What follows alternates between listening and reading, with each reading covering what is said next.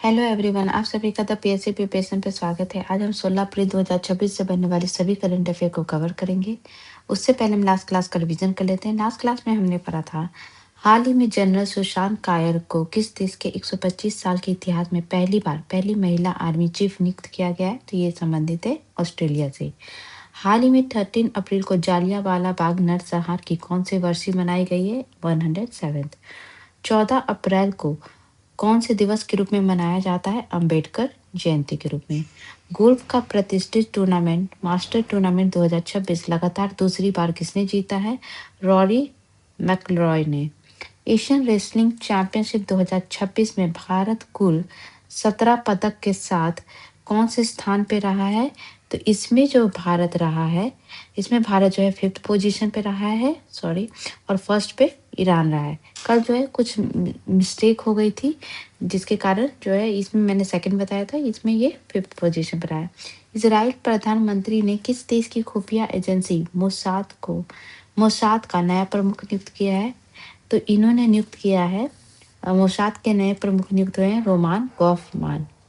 Nizar अमीदी किस देश के नए राष्ट्रपति नियुक्त हुए हैं? इराक के। भारत में यूपीआई कब शुरू किया गया था? 2016 को, और इसकी जो है अभी जो है इसके 10 साल पूरे हुए हैं। ठीक है, नेक्स्ट क्वेश्चन है, तो ये थे लास्ट क्लास की रिवीजन। अब शुरू करते हैं हम आज की क्लास को। कौन बिहार के 24वें मुख्यमंत्री के रूप में शपथ लेंगे? तो 24th क्रम के जो है मुख्यमंत्री बन रहे हैं बिहार के, वो बन रहे हैं सम्राट चौधरी। इससे पहले कौन थे? नीतीश कुमार। ठीक है, अब इन्हीं का स्थान ले रहे हैं सम्राट चौधरी। ठीक है, तो बिहार में जो है ये बिहार के 24वें क्रम के मुख्यमंत्री रहेंगे, जो अब शपथ लेंगे 15 अप्रैल को। इसके अलावा बिहार में इससे पहले जो सम्राट चौधरी, जब नीतीश कुमार थे सीएम, तो ये जो थे ये डिप्टी सीएम थे। ठीक है, तो अभी जो है ये सीएम बन गए हैं। तो अब जो डिप्टी सीएम बनेंगे वो बनेंगे ये विजय कुमार चौधरी, और इसके अलावा जो है विजेंद्र प्रसाद यादव। ठीक है, तो विजय कुमार चौधरी ये जनता दल के हैं, और इसके अलावा जो है विजेंद्र प्रसाद यादव है, ये भी जनता दल के हैं। ये दोनों मुख्यमंत्री के रूप में शपथ लेंगे। इसके अलावा जो है सम्राट चौधरी के सीएम बनने के साथ ही ये बीजेपी की पहले जो है उम्मीदवार है जो कि सीएम बन रहे हैं बिहार के। ठीक है, बिहार से रिलेटेड फैक्ट देखें तो बिहार सरकार के द्वारा पिंक मोबाइल पुलिस टीम का गठन किया गया था। 18वीं जो इलेक्शन हुआ था बिहार विधानसभा का, उसका अध्यक्ष नियुक्त किए गए थे डॉक्टर प्रेम कुमार। गया जी में 22nd त्रिपिटक पाठ का आयोजन किया गया था। यह बिहार सरकार के द्वारा एफआईआर कोर्ट केस की मॉनिटरिंग के लिए दर्पण वेबसाइट लॉन्च किया गया था। राज्य खेल अकेडमी को हॉकी के लिए सेंटर ऑफ एक्सीलेंस का दर्जा मिला था। और यहाँ के राज्य सरकार के द्वारा अगले 5 साल के जो 2025 से 30 के लिए 7 निश्चय योजना 3 की शुरुआत की गई थी। विश्व का सबसे बड़ा शिवलिंग जो है इस चंपारण के विराट रामायण मंदिर में स्थापित किया गया है। बिहार की रेणु पासवान को महिला सशक्तिकरण के लिए कांस फिल्म फेस्टिवल 2026 के लिए आमंत्रित किया गया था। न्यायमूर्ति संगम कुमार साहू पटना हाई कोर्ट के मुख्य न्यायाधीश नियुक्त हुए थे। और केरल मॉडल के तर्ज पे बिहार में भी पहली बार महिलाओं को प्रोफेशनल ड्राइविंग की ट्रेनिंग दी जाएगी। बिहार के सीईओ विनोद कुमार गुंजियाल को राज्य में सुचारू और समावेशी चुनाव के लिए सम्मानित किया गया था। इसके अलावा यहाँ पे पहला ग्रीन एटीएम स्थापित किया गया था, और बिहार राज्य के द्वारा डिफेंस कॉरिडोर विकसित किए जाने की घोषणा की गई है। सोनपुर जो सारण में यहाँ अंतर्राष्ट्रीय हवाई अड्डे के निर्माण के प्रस्ताव को स्वीकृति मिली थी। बिहार राज्य को नक्सल मुक्त घोषित किया गया था। और इसके अलावा जो है उपराष्ट्रपति सीपी राधाकृष्णन द्वारा जो बिहार के मुख्यमंत्री हैं, जो नीतीश कुमार जो कि पहले सीएम थे, अब ये राज्यसभा के सदस्य बन गए और उन्होंने उनको शपथ दिलाई थी। नेक्स्ट क्वेश्चन है, आईसीसी द्वारा किसे मार्च महीने के लिए प्लेयर ऑफ द मंथ घोषित किया गया है? तो ये घोषित किया गया है संजू सैमसन को मेल कैटेगरी में, और फीमेल कैटेगरी में एमेलिया केयर को, बोथ ए एंड बी।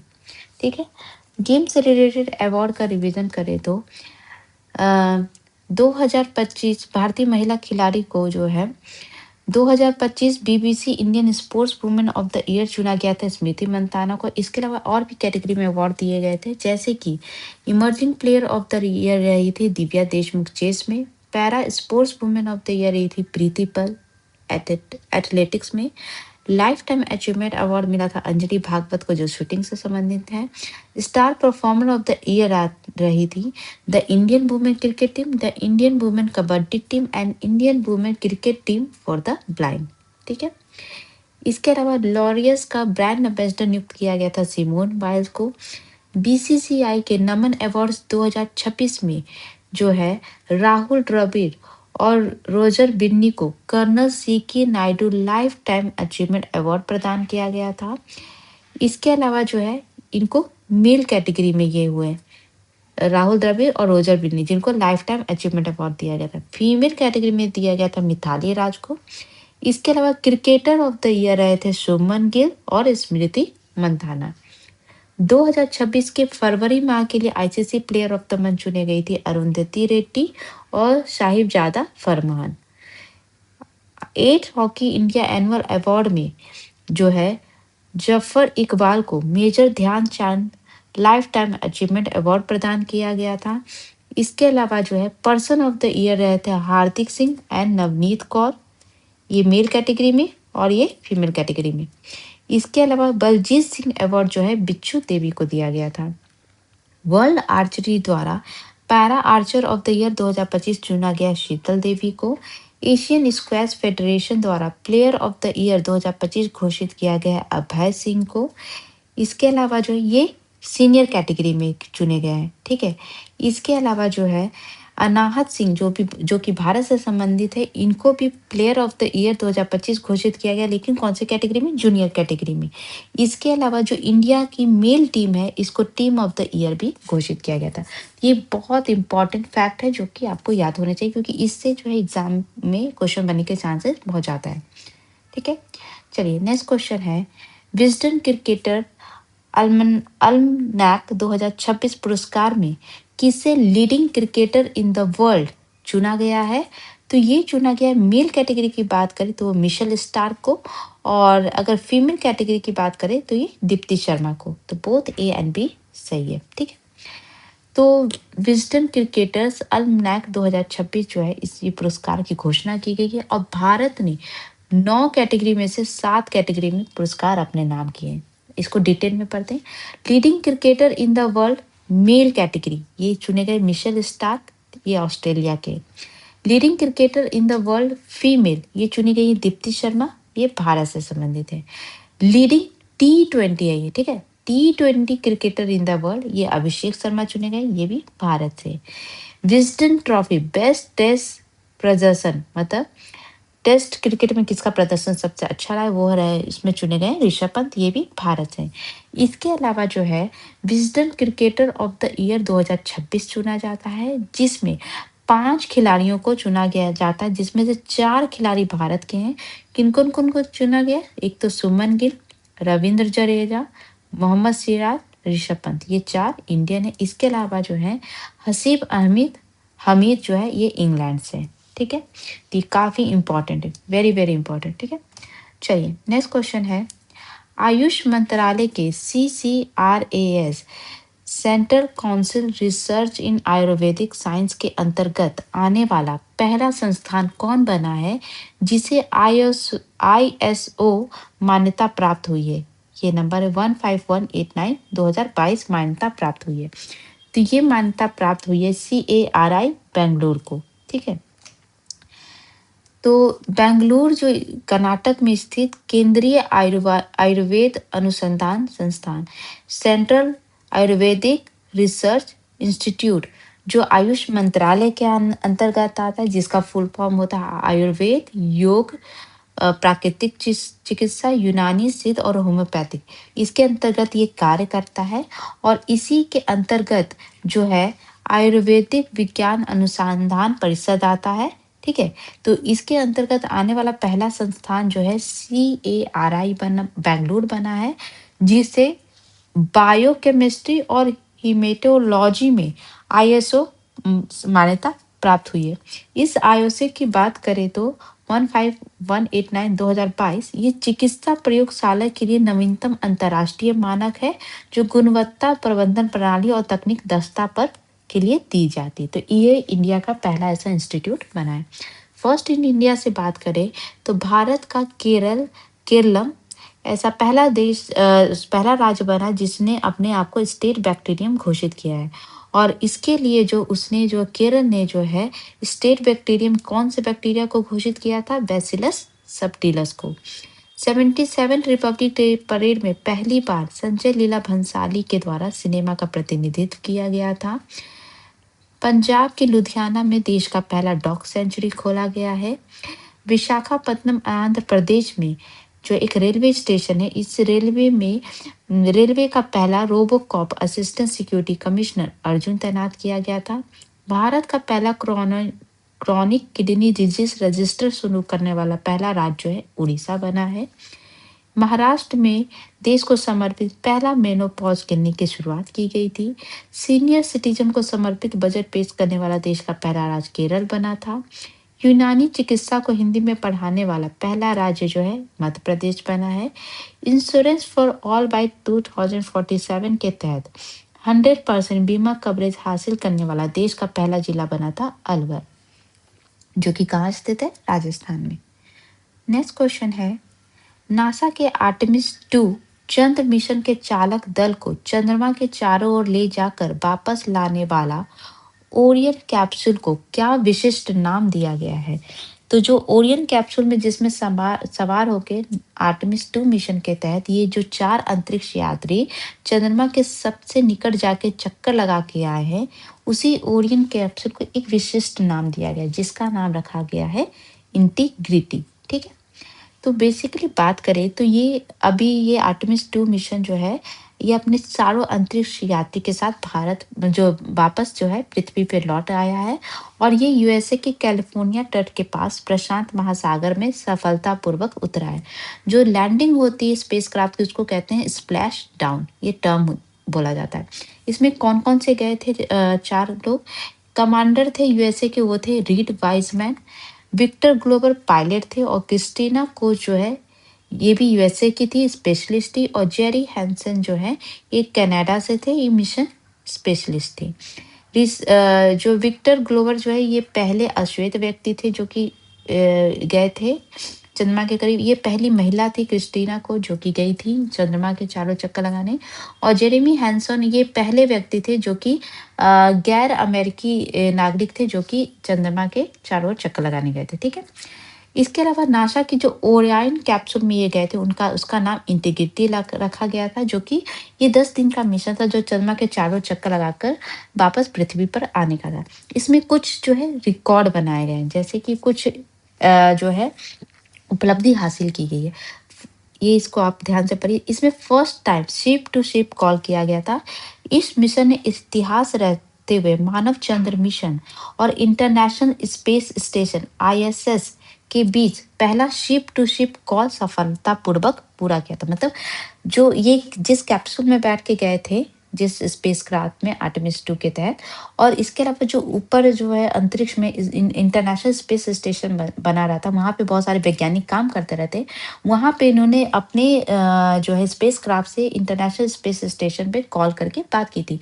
और बात किसने किसने की थी? क्रिस्टीना कोच ने की थी। और आर्टेमिस 2 से और आईएसएस पे जेसिका मिल से इन्होंने बातचीत की थी।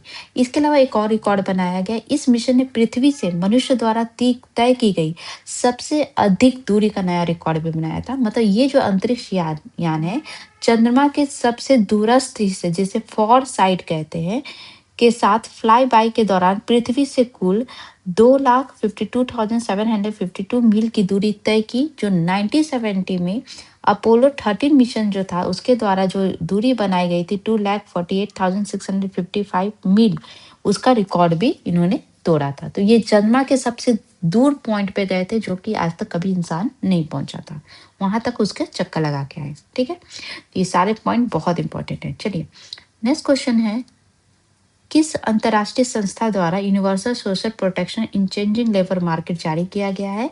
तो ये किया गया इंटरनेशनल लेबर ऑर्गेनाइजेशन के द्वारा। ठीक है, तो बेसिकली ये जो रिपोर्ट जारी की गई है, इसमें ये बताया गया कि जलवायु परिवर्तन, तकनीकी बदलाव और जनसांख्यिक परिवर्तन के कारण वैश्विक श्रम बाजार में सामाजिक सुरक्षा प्रणालियों को मजबूत करने पे ये जोर दे रहा है।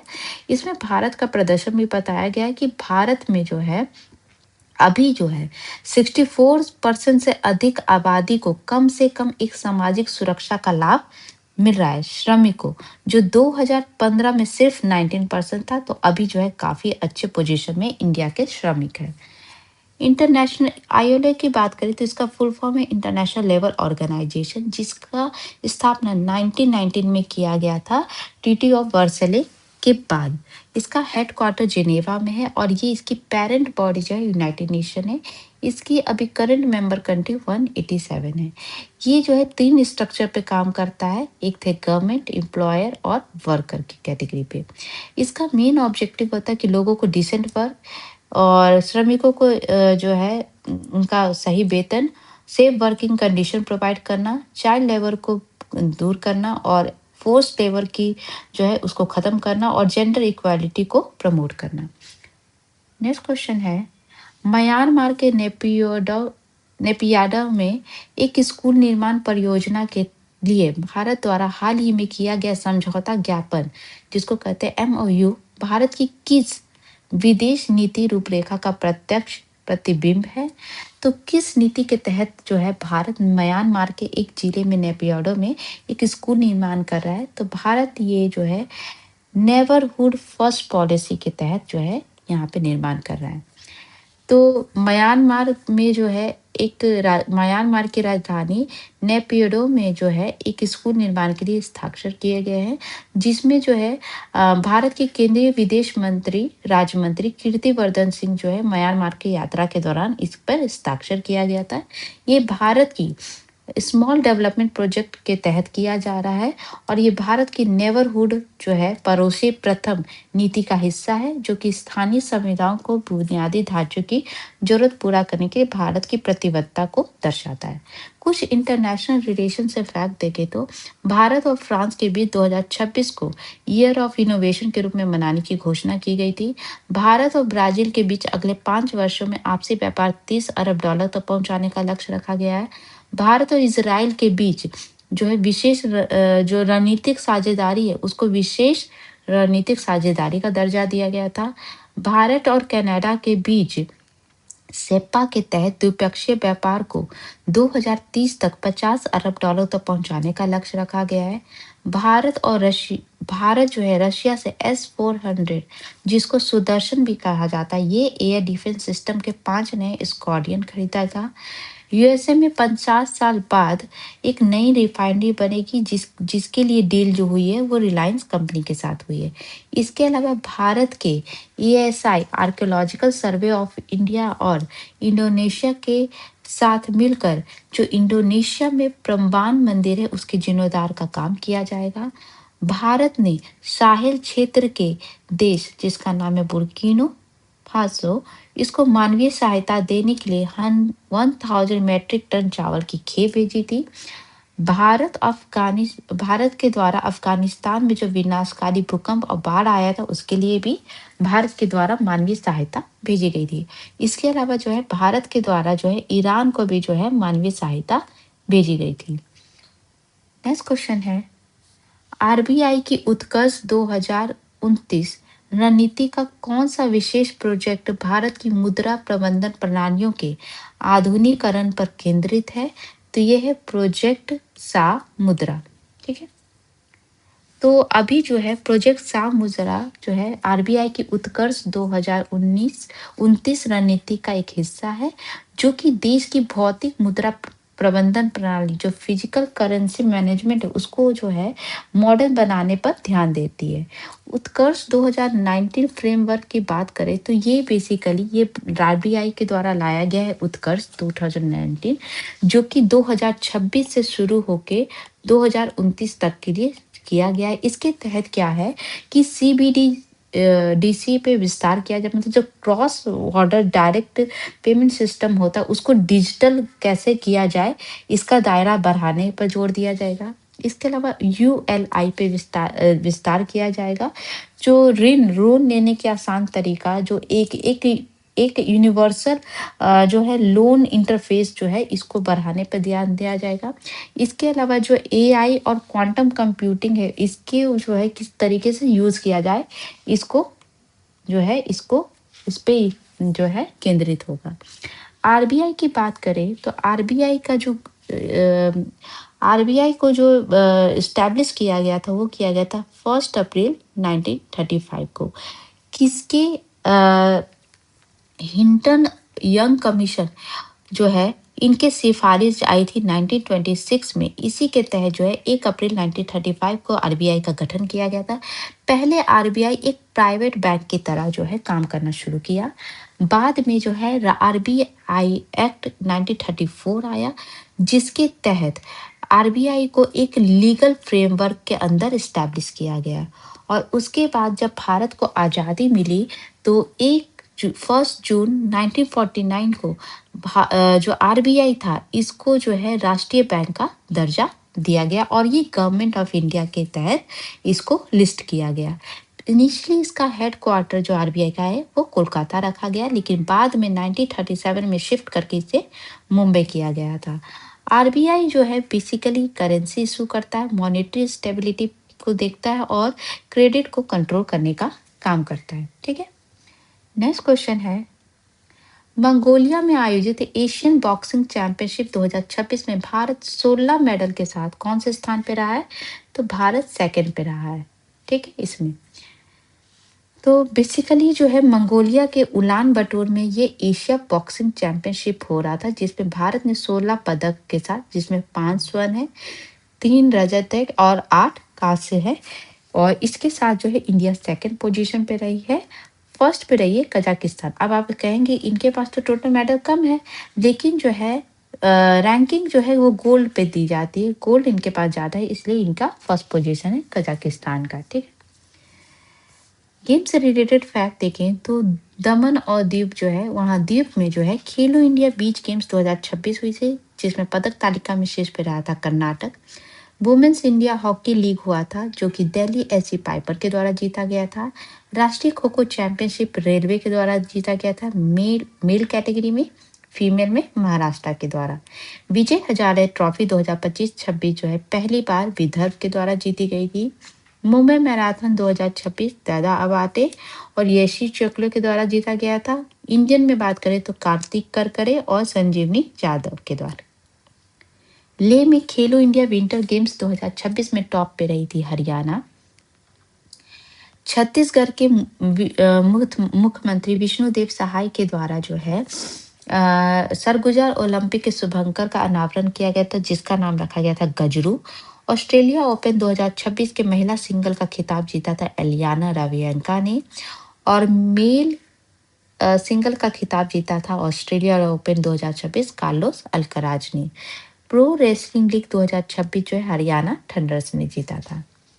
नेक्स्ट क्वेश्चन है, चलिए ये थे आज के इंपॉर्टेंट करंट अफेयर। कल मैंने आपसे पूछा था पुरुष और महिला T20 इंटरनेशनल क्रिकेट के इतिहास में एक ही पारी में 9 विकेट लेने वाली पहली खिलाड़ी कौन बनी है? तो ये बनी लॉरा कार्डोसो। आज का क्वेश्चन है, ईरान अमेरिका के बीच आयोजित किया गया शांति वार्ता को क्या नाम दिया गया था? Karachi talk, Islamabad talk, Lahore talk या रावलपिंडी टॉक? इसका आंसर आप मुझे कमेंट बॉक्स में दे सकते हैं, और इसका जो पीडीएफ है वो आपको टेलीग्राम चैनल पे मिल जाएगा। ये थे आज के important current affair. I hope आपको क्लास अच्छी लगी हो, तो प्लीज़ चैनल को लाइक शेयर सब्सक्राइब जरूर करिएगा। Thank you so much.